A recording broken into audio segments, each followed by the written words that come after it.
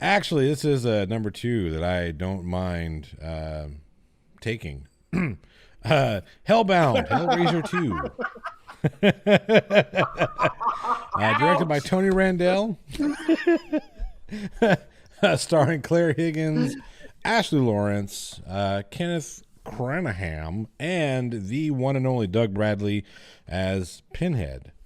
It's the second in the Hellraiser franchise. This one picks up shortly after Hellraiser originally ends and finds Ashley Lawrence in a mental hospital due to her PTSD from, being chased by demons and shit. Not to mention her Uncle Frank trying to fucking rape her. That's kind of, terrifying. We recently Talk showed. about drama. We recently showed. Talk about trauma. We recently showed the original Hellraiser, the first Hellraiser, on in the theater just a couple of days ago, and I'd forgotten how long it's been since I've actually sat and watched that film, and I was surprised that I didn't remember things quite the way I thought I did. The shit between Frank and Christy was way more implied than overt. Like he was in the tone of his voice, his body language, stuff like that, but it wasn't extreme, which made it all the worse. Right.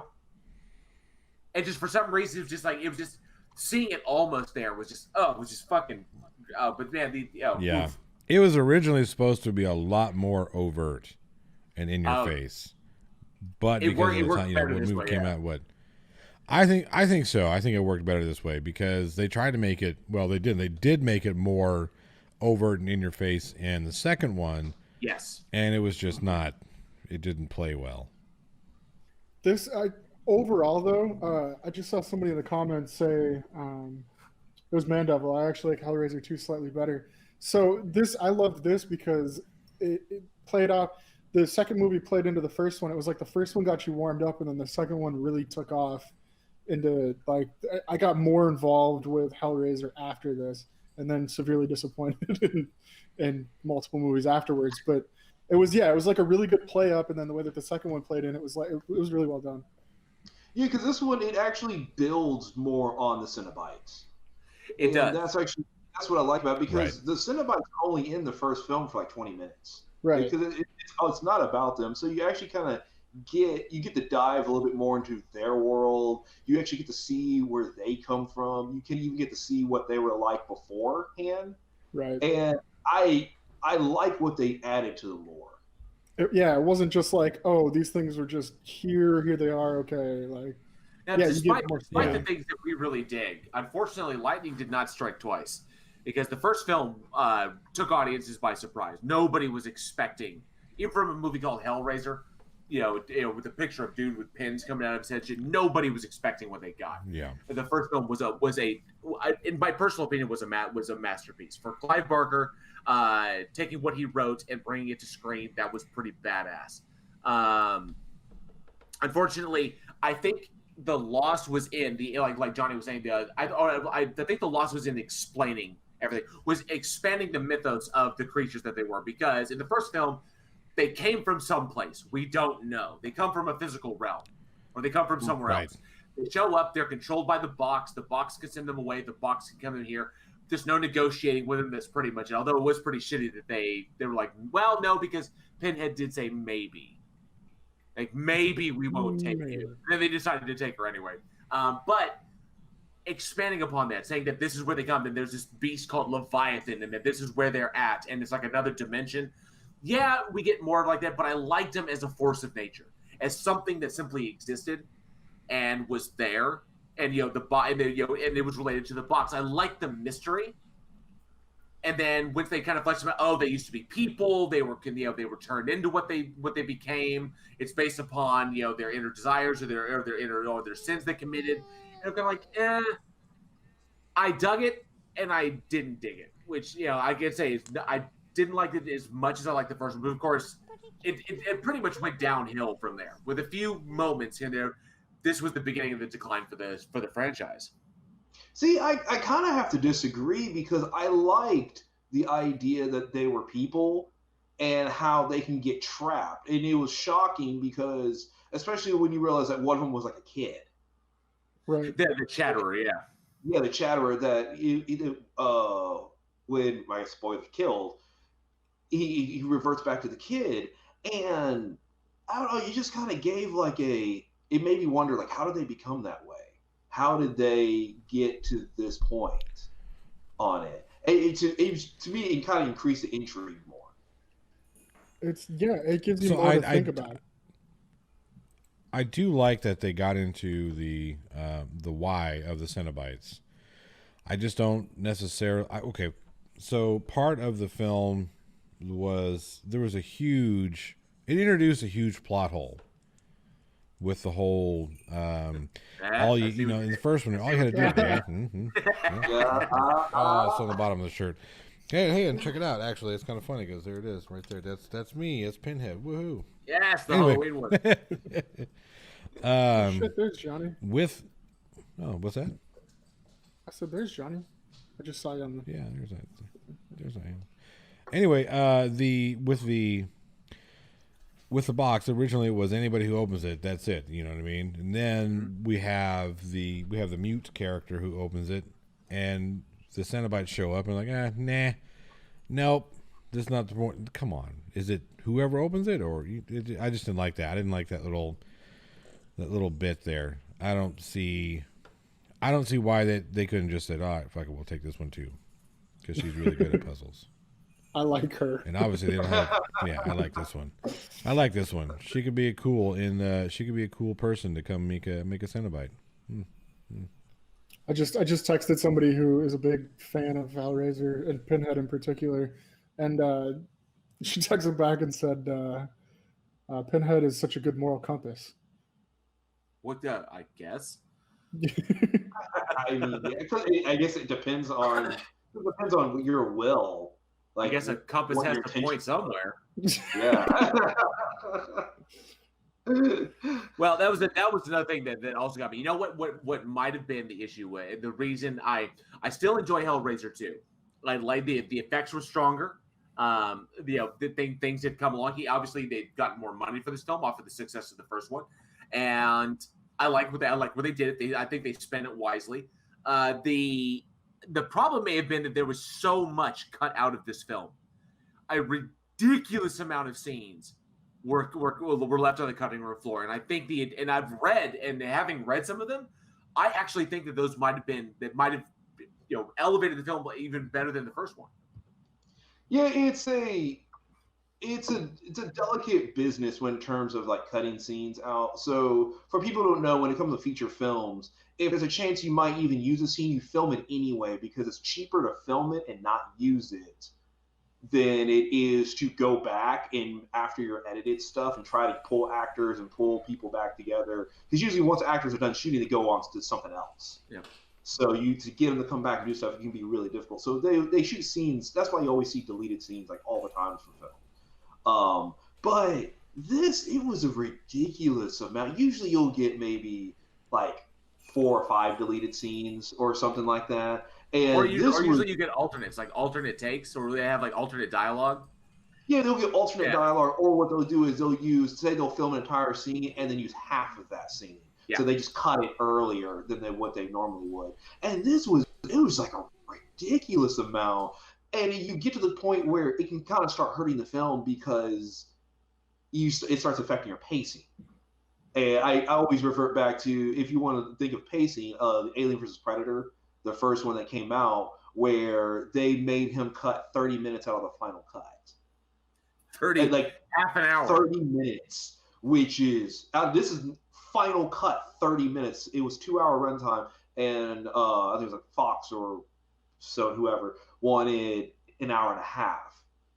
So all the stuff like the stuff with the face huggers and all this other kind of stuff were cut out.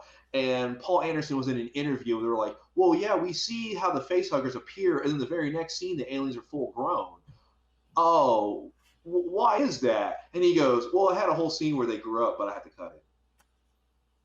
Like, he just said that straight, like deadpan in an interview like that. And so when it comes to a lot of films, sometimes studios make you cut stupid amounts of it because they're producer business. They're the straight business. They're just studios don't know shit about filmmaking. Right. So Aren't they the the ones same that thing make can be the said film? about. Well, no, all they know is that they write the check.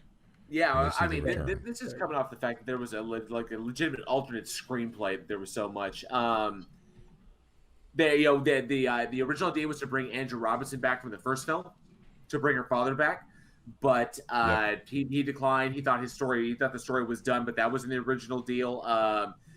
And then of course there was additional stuff with the doctor, with Doctor Shannard. I mean Chenard. Sorry, my bad. Yeah. Shannard. Yeah. Shattered. Awkward silence. Mm-hmm. So we call that a pregnant pause in the industry. Yes, absolutely. A pause leading to something. Exactly. On it.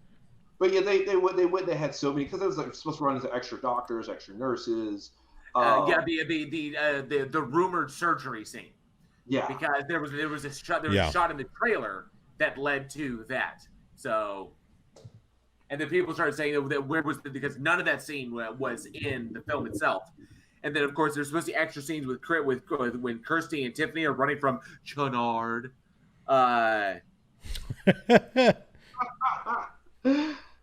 Sorry, It's not our fault you said it wrong. No, I said it. No, I said it awesome. Awesomely Captain wrong. Shanard. Hello, I'm the villain of the piece. My name is Shanard. That name just sounds villainous. Judd Apatow's Hellraiser. Yeah. I picture a handlebar mustache. My name is Shanard. I really like that Jessica G gives Jared so much shit. Sorry, She Jared does. So much shit. She's beating me to submission. I love films with a beginning, a middle, and an end. Hellraiser 3 has all three of those. Oh JL1. my god. I honestly don't know how long this is going to go on, but this has become another running gag of the show. Like Eugene messes up names, Alex. I have no purpose on this show. It's okay. You do have purpose. You have Alex appears out of nowhere. So everyone's gonna, and apparently mine is one. This is one of many. I have many things. I enjoy Hellraiser 3. I do. I enjoy it for one of two reasons. One, Terry Farrell, and two, Terry Farrell. Because That's two reasons of the same. Because Terry Farrell is Jadzia Dax, and Jadzia Dax is fucking hot, and I like seeing Terry Farrell kick ass. I will not be made to feel bad about this. Say it with pride. Goddamn, we're gonna try. Yes. But yes, Hellraiser. Anyway, Hellraiser. I was just saying that, but there is an actual. I think if you can find it online, there is kind of a restored version because the scene, the surgery scene that was in question, like the doctor scene when Pinhead and the female Cenobite, the one with their throat open and shit, were dressed as doctors, and that scene was actually discovered in where was that scene? That was on a VHS work print, and was announced as an extra for Arrow Video's Blu-ray release of the first three films. It was a collection of it, so you can see the cool stuff that we're talking about, which got discovered, put in as additional features on the Blu-ray release of these films. But obviously, studio involvement fucked this film up, and probably is why Clive Barker had such a bad taste in his mouth for dealing with any kind of production after this film. He thought that was going to be the worst at the time. Yeah. Yeah, right? Yeah. There were still fucking 6 more films to come out to completely disappoint you. I wouldn't even want to talk to the poor man. After the first film is like, so, what are your thoughts on Hellraiser 9? Did you hear what he said about it? The man Did you hear? Let me find his quote. Oh, he had a quote. Let me get you his, okay. He had a quote. What was it called? What was that last one called? Hellraiser Not the last one, the reboot. No, the one right before that. It's like Revelations. Yeah. Let me find. Let's see here. As though 8 films in, there was still stuff that we could reveal. Let's see. Hang on. There's his quote. Golly, I gotta find it. Where is it? While he's looking at that, 30 minutes. Okay, here we go. Here it is. Here it is. Okay. You ready? Cool. I found it. Okay, this is his quote. This is Clive Barker. Hello, my friends. I want to put out on record that the flick out there using the word Hellraiser, and this part comes in caps, is no fucking child of mine. I have nothing to do with the fucking thing. If they claim it's from the mind of Clive Barker, it's a lie. It's not even from my butthole.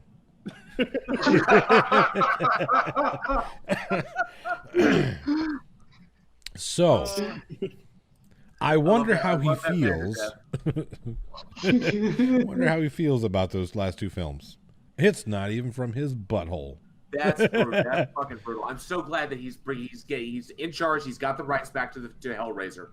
He's got the rights back, and he's bringing it to HBO.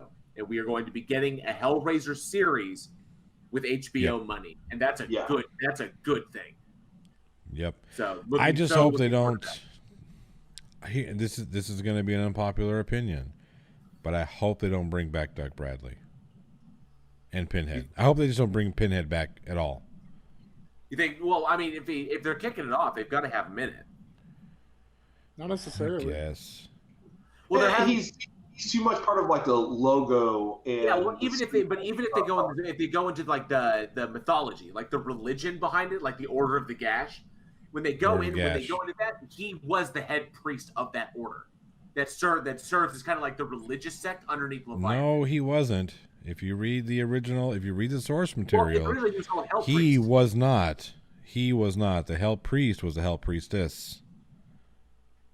Oh, you just got fucking schooled, boy. No, I'm pretty sure he was. I'm pretty sure in the first film he was credited as Hell Priest. No. I'm not talking about the first film. I'm talking about going to the Hellbound Heart. I'm talking about going to source material. The original lead Cenobite was a woman. There's that fucking silence. There's that pregnant pause again. JL hates it when I teach him things. Oh, I think it's awesome. JL's in research mode right now. Hang on a sec. 2 seconds. Name that movie. All three of you. I'm sorry, what'd you say? What? I had so many jokes where I could go with just 2 seconds. But... I said 2 seconds. Yeah, right. Shaun of the Dead. Come on. He's just trying the remarkable boss and about to say Kirsty. You're gonna start losing viewers soon. Yep. No. Actually, okay. if you want to get specific, the head priestess was genderless, but the physical description made it appear to be more feminine than masculine. The leader of the Cenobites are being called the Engineer. You said it was the priest. The leader of the Cenobites. I knew that was wrong. The leader of the Cenobites was the Engineer. There was a female one, but Pinhead, the one with the pin, the one with the, they didn't even call them pins. They were like spikes. They were like that, driven into his skull, like in that grid pattern. And he was referred to as Hell Priest. That's what he was in the first film, or in the Hellbound part in the book. He was the Hell Priest. And that's why his outfit is adorned the way it is, very much like vestments, like a bastardization of holy vestments. That's the point.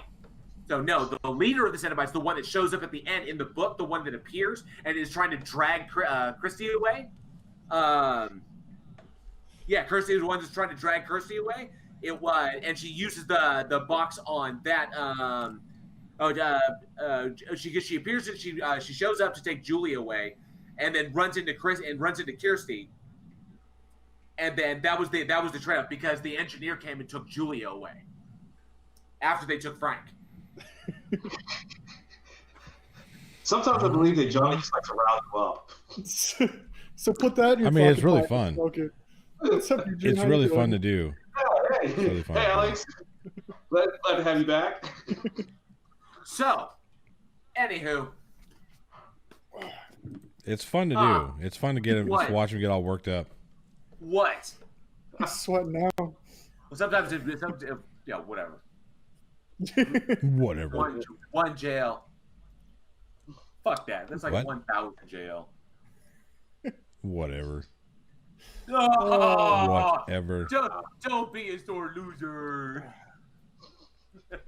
What's more?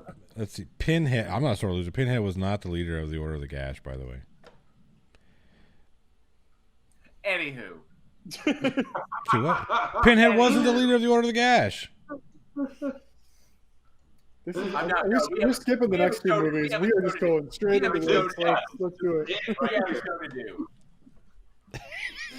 Hey, It's your go, Johnny. Speaking of My JL favorite being Cenobite wrong, what's was your? PG Tony, because PG Tony, this is funny because Weekend Horror sounds just as fired up as when he was proposing his Flurf final solution. Oh, You just got jeez. forced, bro. Oh no! This is a throwback to early conversation about spreading disinformation. I'm going to read you a passage. I'm going to read you a passage from the Hellbound Oh Heart. my by the way. god! Where's my Speaking copy? of- I don't have my I don't have my library of shit in here. I haven't moved it into the room yet.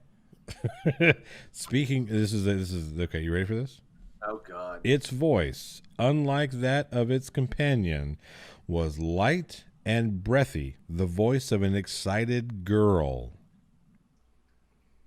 Every inch of its head had been tattooed with an intricate grid at every intersection, horizontal and vertical axis is a jeweled pin driven through the bone. Its Jeweled tongue pin, was that was it, similarly yeah, okay. decorated. Yeah. They were jeweled. That's right. So what I Jewel got from pin, this is yeah. the motherfucker had some fucking drip. Now we'll move on. No, I'm sorry. The breath like he was giddy because the depiction of Pinhead in the book is far different than the one that Doug Bradley gave us in the film. Right. Yeah. Again, because and in all seriousness, the Cenobites in the book were never really gendered. No. They weren't. There was no real point to them being any gender at all. It didn't matter. They were just ghouls or the Order of the Gash. Really, it didn't matter. I just like riling you up there, JL. It's also your CTA. It's working. Oh, that's true. Speaking of Cenobites, who is your?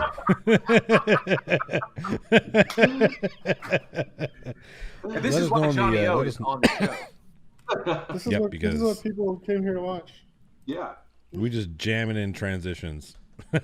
Who is your favorite Cenobite? Let us know in the old side chat comments down below or at weekendhorror@gmail.com.